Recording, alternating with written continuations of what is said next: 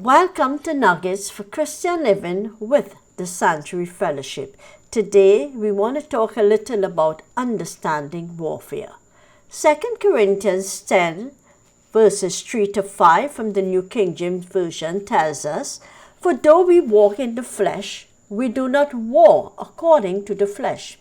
For the weapons of our warfare are not carnal, but mighty in God for pulling down strongholds, casting down arguments and every high thing that exalts itself against the knowledge of God, bringing every thought into captivity to the obedience of Christ."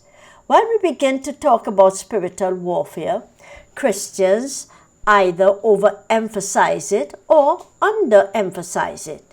It is important to have a balanced and proper understanding of spiritual warfare. The fact that the Bible tells us our battle is against spiritual powers means it is crucial that every Christian understands that he or she is in a spiritual battle.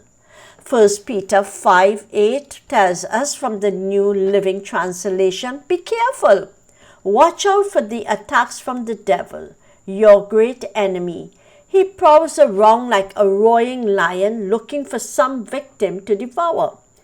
Take a firm stand against him and be strong in your faith. Remember that your Christian brothers and sisters all over the world are going through the same kind of suffering you are."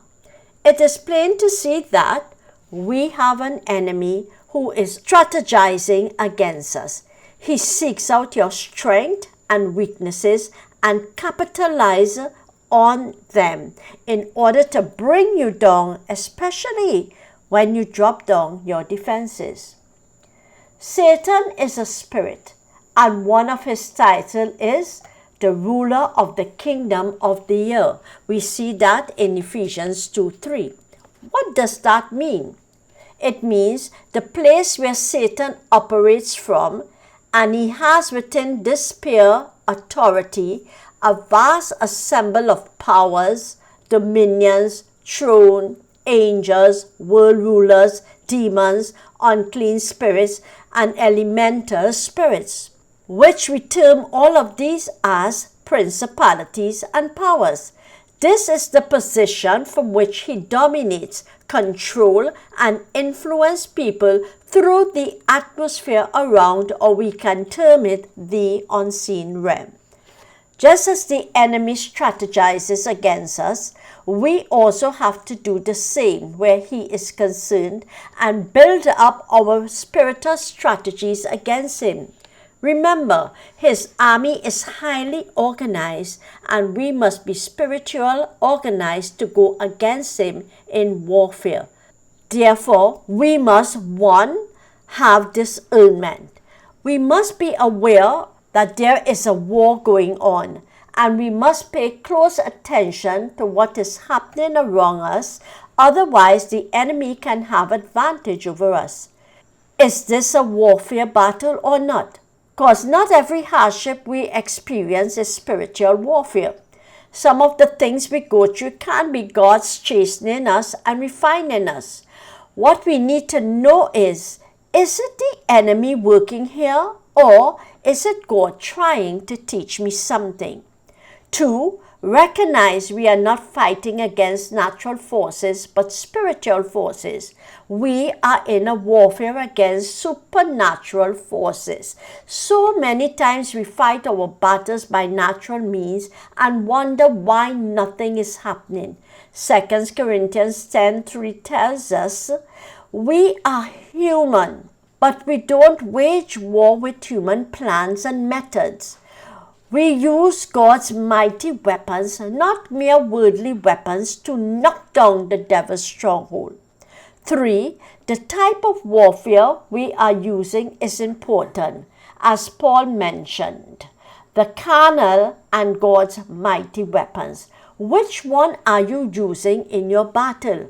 It is clear throughout this Bible that God's people are in a spiritual struggle with the forces of darkness on a daily basis, and God has given us spiritual weapons to use to knock down Satan's stronghold.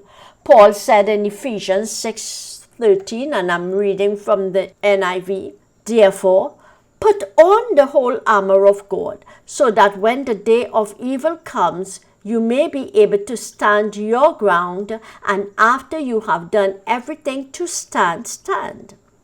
The Lord's weapons were designed by Him to be taken up by you and me and used in our spiritual conflicts and win.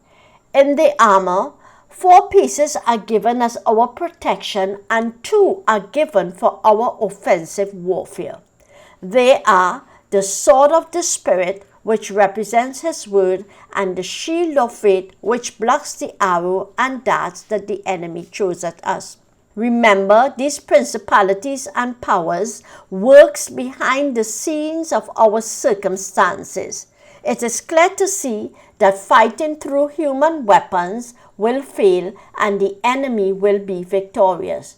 But when we use the weapons God gives to us, we will walk victoriously.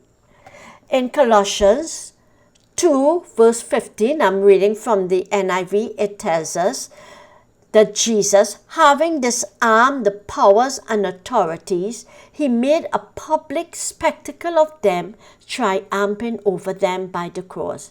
This is what the cross represents. It represents victory over the war. Evil powers have indeed been disarmed by virtue of Christ's victory on the cross over these evil principalities and powers. And as believers, we also share in Christ's power and authority over Satan's evil power. Thank you for joining Nuggets for Christian Living with the Sanctuary Fellowship.